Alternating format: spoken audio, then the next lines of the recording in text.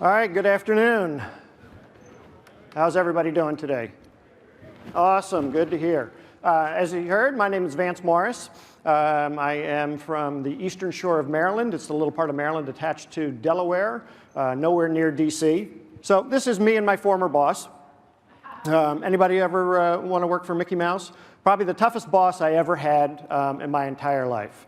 He had such demanding standards. Now, I know you guys just raised your hands, but who's been to Disney before? Okay, that's a lot. Who has not been to Disney? Who has not been? You have not been to Disney, you win the prize. You're the first hand I saw. You win the prize. There you go, sir. That's the phone number for reservations at Disney. You want to make sure you get yourself over there and do a little bit of studying. Okay, so who am I? As Ed said, I'm a former Disney employee. I was a leader in the resort section, worked at a place called Pleasure Island, and also the Contemporary Resort. So had a lot of fun creating restaurants. I was on the design team of a restaurant called Chef Mickey's. After I left Disney, and people do leave Disney, it happens. We're not nuts, it's a good thing. Some of my clients that I've consulted for include NASA, the Smithsonian Museums, Tyson Chicken, Mount Air Chicken, and Kennedy Center for the Performing Arts. One of the things that he didn't say is that I still own my own bricks and mortar business, which is a carpet cleaning and upholstery cleaning. I know we've got a couple of carpet cleaners in the room, so hold your hands up proud. Very good. Appreciate that. And this is where I test all of my marketing and all of my service strategies. So carpet cleaners do not have what I would call a great reputation. I think that list we saw the other day, we're just above the porn stars or the porn movies. The competition is anyone that the customer compares you with. This is an important concept.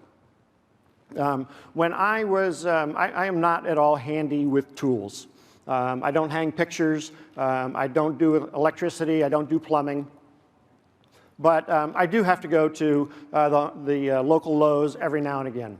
And I was at Lowe's, and I noticed that the cashier was not saying anything to the people that were checking out. There's about 3 guys in front of me, and they were, she was having wordless transactions with these guys. No good morning, no did you find everything okay, no hi, how are you, nothing. I said, well, you know, when I get up there, I'm going to do the same thing. I'm going to do an unscientific study, and I am not going to say a blessed thing when I get up there. So sure enough, the 3 guys in front of me get checked out, and they have had nothing said, not a word. And you ever played that game where you have to sit in a room for a minute or two, and you have to like literally look at each other in total silence? It's painful. Well, I mean, I even went to the point when it was my turn, I didn't get the good morning, I didn't get anything. When it was my turn, I actually did this. Nothing. I did not get anything. So I said, you know, I've got a few more. And of course, here's the manager, not 2 aisles away, doing the same thing and just twittering away. Could have easily intervened. I mean, it's criminal. Could have easily have intervened and changed things for him. So I decided I had some more errands to run, and I was going to go and do this test at the other errands.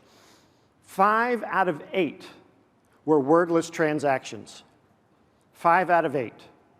And this is mom and pop shops. This is big box stores. 5 out of 8. Even at McDonald's, I didn't get a hello. And I had to be the first one to speak because I had to order the hamburgers for the kids. Now imagine if your business was at the end of my day, and I was going to go to your business, was my last stop. You're going to get compared to all of the service that I got before that. So the question is will your business fare better than a Big Mac? And you got to make sure and take a look at that. The financial impact of customer service. If you look, this is a chart done by Forrestal. Customer experience leaders outperform the S&P. The S&P is in blue. So the S&P 500 index, customer service leaders outperform it by almost 30%. That's a huge number. Home Depot is in that green area. I don't have a Home Depot near me, so I didn't get a chance to go see it. Lowe's, on the other hand, is what I consider in the customer experience laggards. They run about 25% below the Standard & Poor. So this is the financial impact of poor customer service has on businesses. So imagine, if you will, commanding 2, 5, 7 times the prices that your closest competitor does. 2, 5, 7 times. You heard Dan the other night, and he tells a story of, how Disney extracts money from people.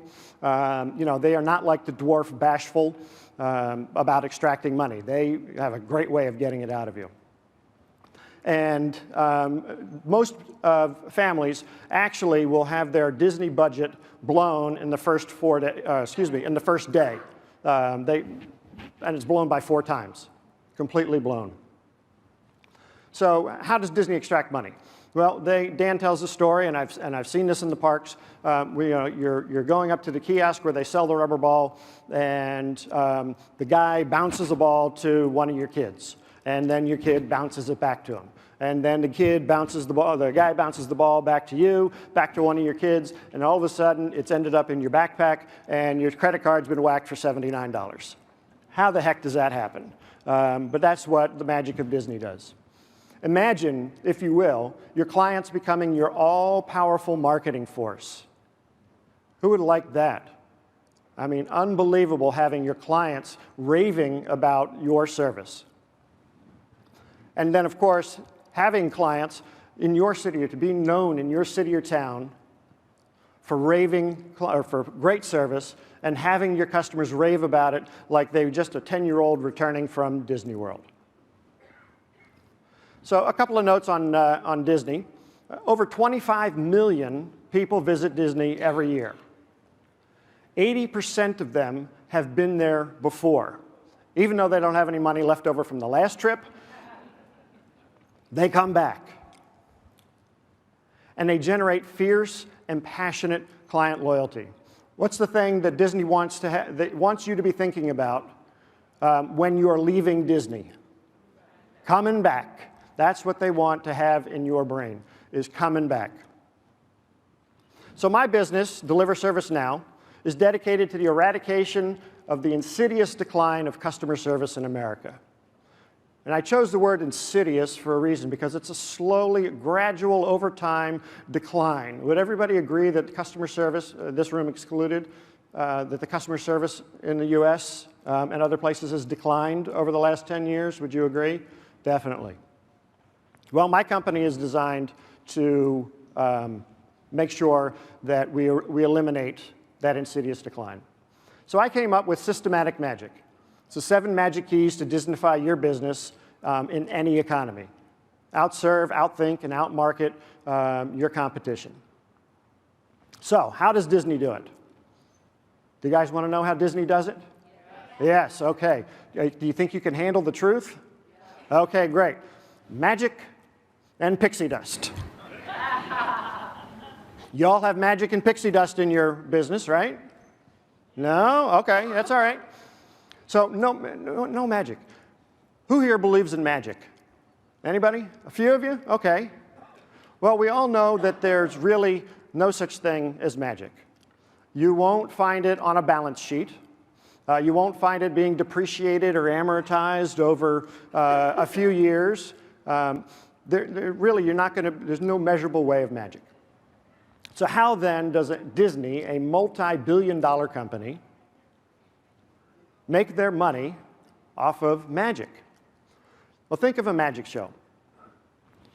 To an audience, the magic show is wonderment, it's amazement, it's joy, it's how did the guy whack up the lady into 3 pieces, spread them around on the stage, and then put her back again. The audience is stunned. How does this happen? Where does this come from? But to the magician, the polar opposite is the case. To the magician, It's just a series of repeatable, replicatable, and practice systems designed to amaze and delight the audience. And that's how magic is done. And there is no mine at Disney. There is no pixie dust at Disney. They don't sprinkle it on the food, before we go out on a shift and try and make us, well. We get very well trained. So the magic keys to Disneyfying your business. And we're going to go over each one of these. But the first one is the wow component. Second one is details, details, details. And you don't have to write too fast. I'm going to go through each one of these. The next one is employee magic, service standards, environment, process, and the magic of bringing it all together. So the first magic key number one, the wow component. Creating an experience out of the mundane. And I'm not talking about big wows. I'm talking about little, small, incremental wows that you can implement in your business. What mundane things do you do that you could turn into an experience? We've all heard the story of the valet at the Ritz-Carlton. The guy leaves his briefcase behind, and the valet runs to the airport with the briefcase, and he gets to the airport. He missed the guy because the guy already got on his flight. He calls the guy's assistant, where's Mr. Smith going? He's flying to Rhode Island. Great. The valet gets a ticket to Rhode Island and delivers the suitcase, and life is saved. Well, that set the Ritz-Carlton back probably about $2,500. So I am not talking about $2,500 wows. I'm talking about the free wows, the little wows that you can implement. I travel Southwest a lot. Anybody travel Southwest? You know the definition of a first-class seat at Southwest? That's having the emergency exit with the seat next to you free.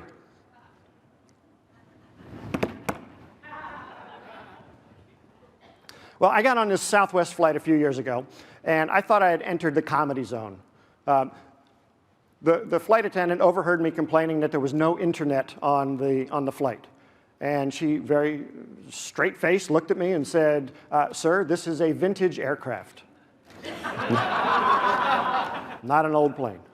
And then the pilot got in on the action. You know how when the airplane's coming in for a landing and they put those reverse thrusters on to slow you down? Well, when the reverse thrusters went on, here's the pilot. "Whoa, doggy, whoa." I mean, I wish you would have had both wheels on the on the handles, landing this thing. And then at the end, the flight attendant, by law, they have to have the safety announcements. And we could all probably recite these safety announcements. We know them by heart. Please be careful opening up the overhead compartments. Items have a tendency to shift during flight. Heard that one before? Well, when they said it, the flight attendant got on the microphone, said, things have a tendency to shift in flight. Shift happens. But my point is what did that cost Southwest Airlines to do? It cost Southwest nothing to do that. And we were walking off that plane smiling. When was the last time you walked off a flight smiling? It doesn't happen too often. Do what you do as a performance. Everything at Disney is about a performance. Even though they're service people, they are doing their jobs like they're performing in a show or performing in a movie or performing on stage. In my carpet cleaning business, one of the mundane things we have to do is get into the client's home to do our service. And so we decided that we were going to make a giant performance out of doing this. So when we get to the client's house, we lay down a big special mat, and we do an exaggeration of wiping our feet. We have with us a little gift that we're going to give to Mrs. McGillicuddy. And in this gift, it's nothing special. It's $4. It's a little bottle of spot remover and a nice little blue box, a bag of cookies, and a note from me saying, "Thank you very much for allowing us into your home." What carpet cleaner is bringing a gift? None. So this really separates us from everyone else. The second thing that the gift does is it starts a process called reciprocity. And when we start doing our sales presentation, we've already given them something. They feel like they need to give us something back.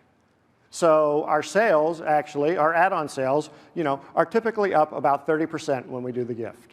So it's definitely got a huge thing in there.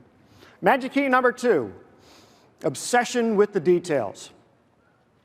We all know, or you may know, Walt Disney was obsessed with details. and he demanded that his employees be the same way.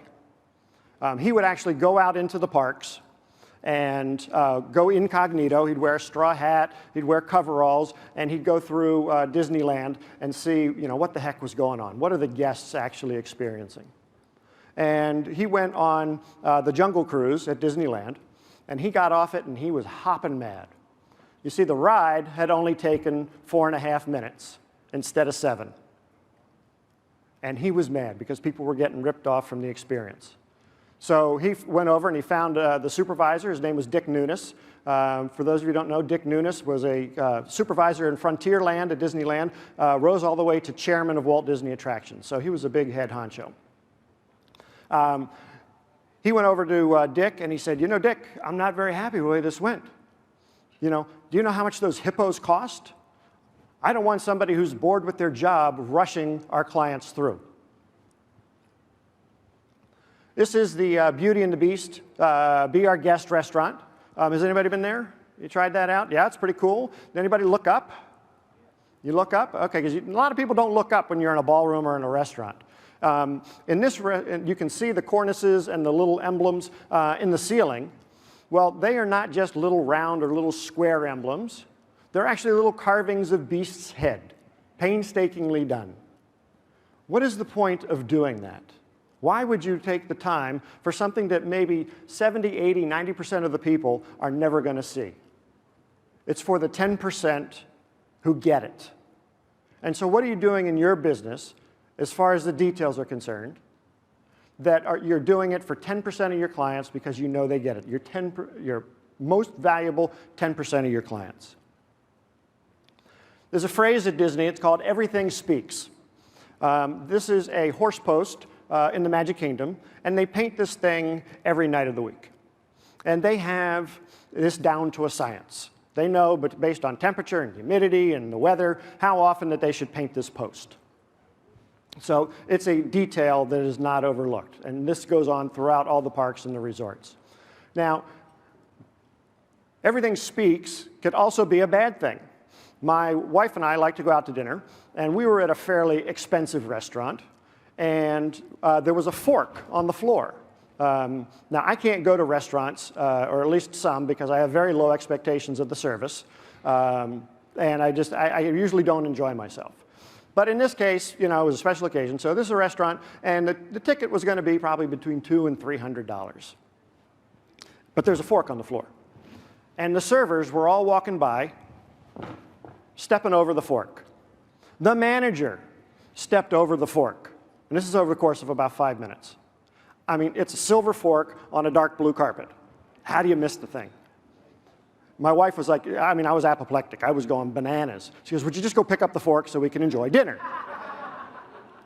So I went and I picked up the fork, brought it back to the bus station. What's the fork in your business? What is the fork in your business? What details are you missing that could be a fork in your business? Are you checking out your front desk? Or do you have a front desk and there's boxes or paper or anything like that? So when you go back to your businesses, when you get home, check out what is going on at your front desk. Is there something called a visual intrusion? Disney calls them visual intrusions.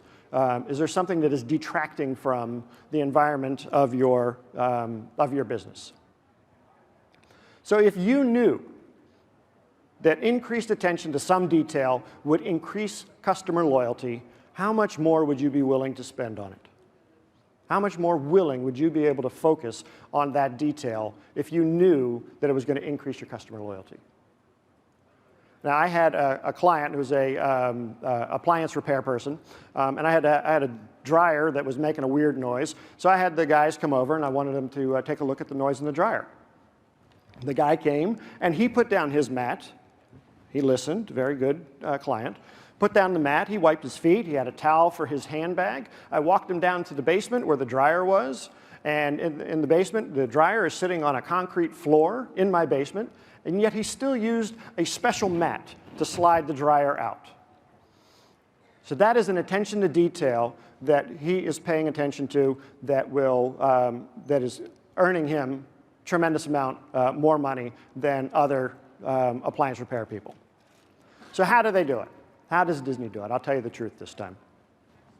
How does Disney get over 70,000 people, and you think you've got employee problems, 70,000 people, 365 days a year, to emphatically smiling, joyfully picking up paper off the floor without missing a beat, and we can't get our folks to answer the phone right or show up to work on time? How does Disney do it? They do it through repeatable, replicatable, and practice systems, just like our magician. And when we were designing Chef Mickey's, one of the things, and we're on Employee Magic, which is Magic Key number 3. When we were designing Chef Mickey's, we needed to make sure our marching orders were to get Mickey Mouse through 400 seats in 43 minutes. No mean feat trying to do that. And the reason it was 43 minutes, because a table for 2 in our dining room, that was the average amount of time that they were sitting. So we had to get Mickey Mouse through the dining room in 43 minutes and make it a great experience. Not the easiest thing in the world to do, to rush Mickey around to 400 people. Now it's more. They've got almost 500 seats in there. But still, it's a fantastic experience. And we did it through repeatable, replicatable, and practice systems. We had a system for everything. The busboys created their own system. The servers created their own system. The entertainment department, we created a song, a celebration song, and all of these things working together, shaved 10 seconds here, 30 seconds there, a minute there, off of the turn times, and we were able to get Mickey through in 43 minutes. New hire orientation. Who does new hire orientation for their employees? Anybody have a new hire orientation? A few of you? Okay. What are the things that are gone over at new hire orientation? Sexual harassment policy, attendance policy, texting policy, breaks, and things like that. It's a list of 17 things that if you do any of them wrong, or if you do any of these things, you're going to get fired. This is your introduction to the company. Your first day, and you're learning how to get fired. This is not cool. This is not how you want your employees to start off their career with your business. Disney, on the other hand, is known and is famous for their training and development of their employees. And they have a program that's called Traditions. And this is a full day, used to be a day and a half, but this is a full day where they teach the traditions, the history, and the mores, and everything that happened at Disney. They teach the why of Disney. You learn the Disney point. Anybody know the Disney point? No? Okay, it's more than one finger. So it's a 2-finger point, a 3-finger, it's a nice gesture, because in some cultures, pointing is rude. So we don't want to do that. So they have traditions. And then before they're sent off to their work location, they finish up traditions, and then they go and they get their on-the-job training. They invest an entire day in this. So how much time are you investing in your new employees or your employees? And how much time are you taking to really show them what your company is about and what great service is going to be, and then worry about the details of the employee handbook afterwards? Have fun with your job. We had fun at Disney. Yes, we worked hard, but we had fun. And you want to make sure that you make it a fun environment. Otherwise, people won't come back. Have you ever seen a Disney employee that didn't look like they were really enjoying their job? I mean, even the street sweepers are smiling as they're going. Don't be a service robot. You need to look at everything through the eyes of your customer.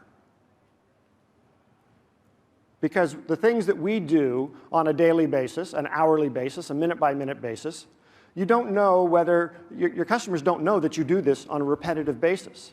And so for the first time that they see it, this should be special for them. It should be exciting for them.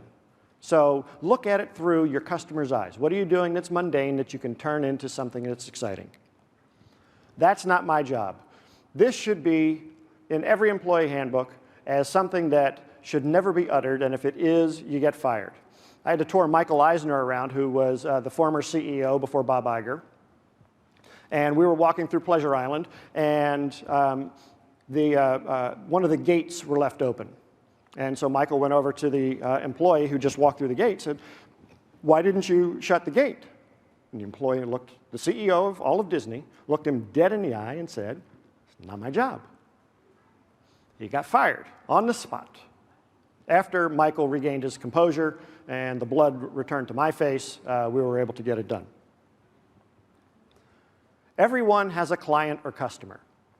So if you're in a back office, if you're in an accounting function, you should, if you're not directly serving the client, you should be serving someone who is. So everybody has a client or a customer. Service theme. This is going to sound vaguely like a USP. Disney's service theme is to create happiness by providing the finest entertainment for people of all ages everywhere. Kind of sounds like a USP. It's pretty good. This was our mission, to create happiness. That was it. Create happiness. That was our mission. That was our purpose. That's what everything Disney does, is to create happiness for their guests and for the people who go see their movies and things like that. And we measured it to everything. One of the things that we do, and one of the busboys in the restaurant, his job is to clear the tables. That's his job. Clear the tables, keep the restaurant clean. His mission is to make customers and guests happy. And so how would they do that? Well, he would see, Mrs. Smith over there, getting ready to take a picture of the family, and Jose would put down what he's doing, go over and take the picture for them so that the mom could be in the picture. Small things like that, small little wows. That's making somebody happy. So what are you doing in your business to create an atmosphere where you have a service theme that you can use? To support the service theme, there are service standards. Disney only has 4, and they are in order of importance: safety, courtesy, show, and efficiency. And we'll go through each one real quick. So safety. Safety is number 1. These service standards are cut in stone. There is no moving them, nothing. Now, safety is built into everything they do. I mean, who wants to go on a ride that's not safe? Who wants to go into a resort that's not safe? And it's not like there's big signs saying, be safe, be safe, be safe, be safe. They did this very well until they came up with this monstrosity called Pleasure Island. Did anybody go to Pleasure Island back in the 90s? Nightclub place. Okay, 7 nightclubs on 5 acres. This is Disney's failed experiment with booze and nighttime entertainment and debauchery. And it was not at all a safe place. I managed a place called the Rock and Roller Dome. Now think about where the guests have been all day. They've been in the parks, they're hot, they're dehydrated, they're probably malnourished, and they get to us about 8, 9 o'clock at night, and we're going to shove a couple of beers in them. And let's see what happens. To take the joke even further, at the Rock and Roller Dome, we're going to take these same dehydrated, malnourished guests that have been in the parks all day long, they're exhausted, we're going to shove a couple of beers on them, and then I did say roller dome, we're going to put roller skates on their wheels, slap them around, and see what the hell happens. We just parked the ambulance out back, because every night somebody was falling down breaking something. But it's true, this was not a safe environment. So Disney violated their own service standard when they created this multi-million-dollar, hundreds of million-dollar environment. Courtesy. Courtesy is built into everything that Disney does. It's all about the standards and how to be aggressive. Disney calls it aggressively friendly. How do you become aggressively friendly? And they violated this at Pleasure Island as well. Because think about it, trying to get into a nightclub. We had bouncers. Where at Disney World, I mean, you don't see it at the Princess and the Pea, or the, It's a Small World. Can you imagine It's a Small World with a bouncer? Not that we would go in there anyway, because that song would drive you nuts after a while. But there was not a very friendly place to go. So we're checking IDs. We've got the Orange County Sheriff's Office out in the parking lot, parked there, because we had people that were getting into fights. That's where that rapper bit off the ear of somebody in a fight at Mannequin's nightclub. I mean, this was bad. So Pleasure Island closed a while ago. I think it only lasted about 12 years. Took them a while to get their money back and then go through that. Show. This is huge. This is what Disney is all about. This is what Pleasure Island got right. It was all about the show.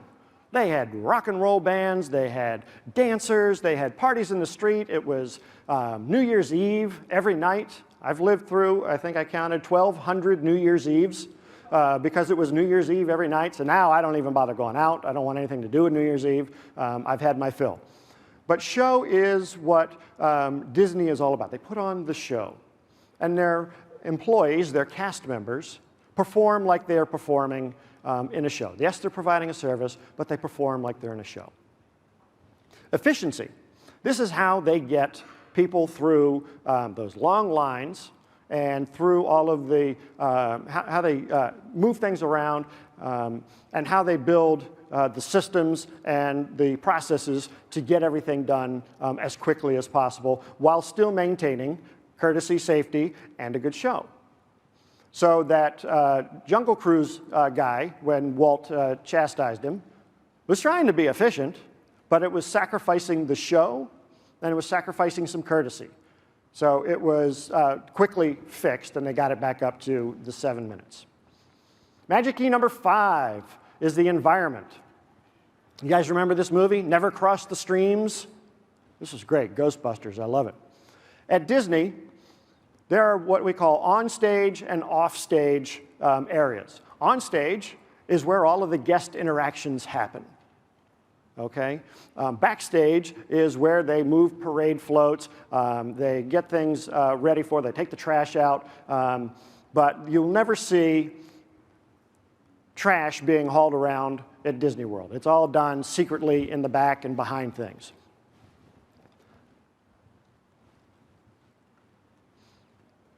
They also have Cinderella taking a smoke break. This is where the, again, backstage, you'll never see this. I actually dated Cinderella for a while, and she did smoke, and how you doing? You know, your child would probably need therapy if she saw Cinderella smoking. But this happens backstage. Okay, they complain about, you know, management. They have, you know, you talk about the latest keg party. Backstage and onstage is also an attitudinal thing. So maybe you don't have a backstage at your office, but you should have an onstage persona and an offstage persona, and not when you're in the view of guests or customers. Don't confuse the two. Make sure that you know where you are at all times in front of your customers. Magic key number 6, process and step by step by step. Disney has a process for everything. And I do mean everything. How to inflate the tires in the bus. How many you know, lanes do they need open at the Magic Kingdom to get people through? Everything had a process. Everything was written down so that we had the most efficient system moving through. Now, no one comes to Disney for their superior parking experience. Would you agree? Although Disney wants you to park fast so that they can get into the parks and start spending a lot of money. And the guests want to park fast because they don't want to be stuck parking. Well, one of the things that happens with systems is sometimes you have a clog point, a breakdown in service. And in the parking experience at Disney,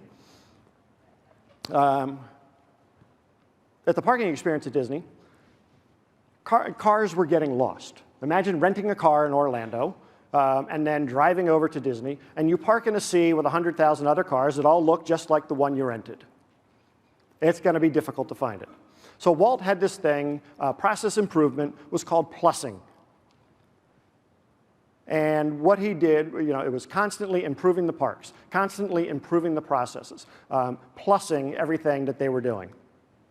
So this is the Magic Kingdom parking lot.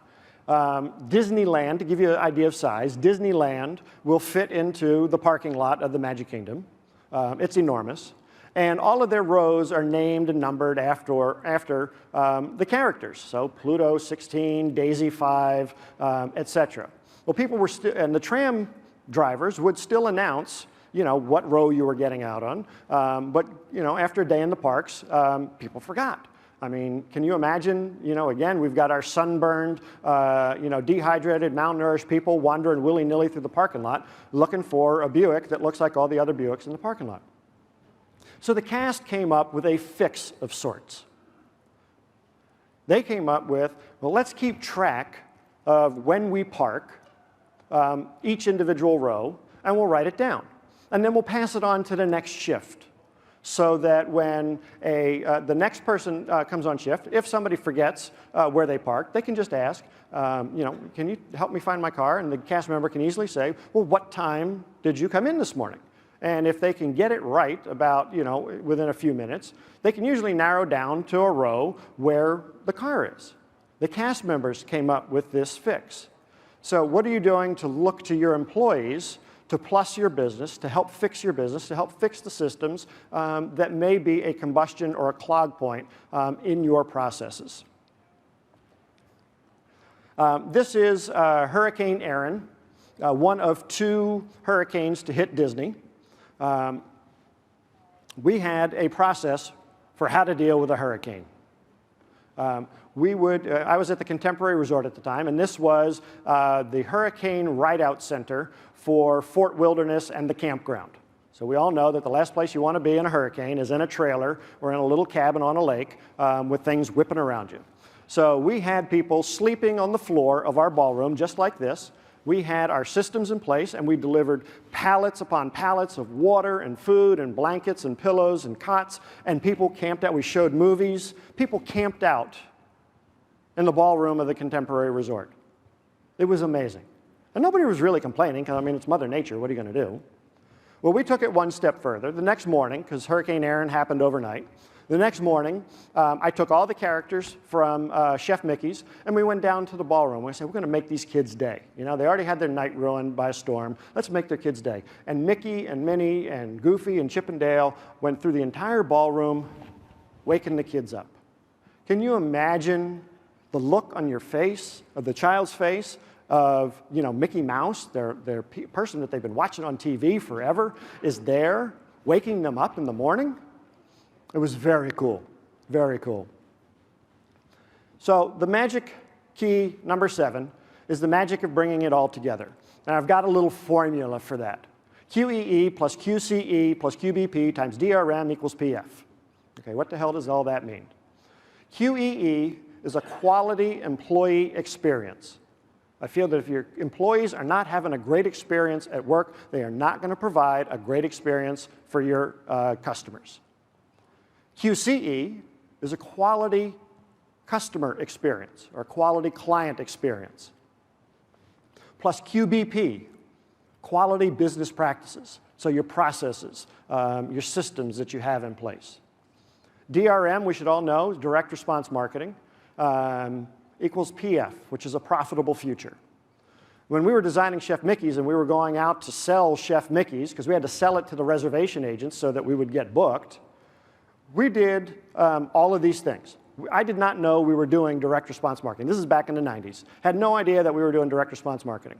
We went to the reservation center, which is a sea of telephone banks, and they were having, we had our list of 7 things why you should encourage people to take a reservation at Chef Mickey's.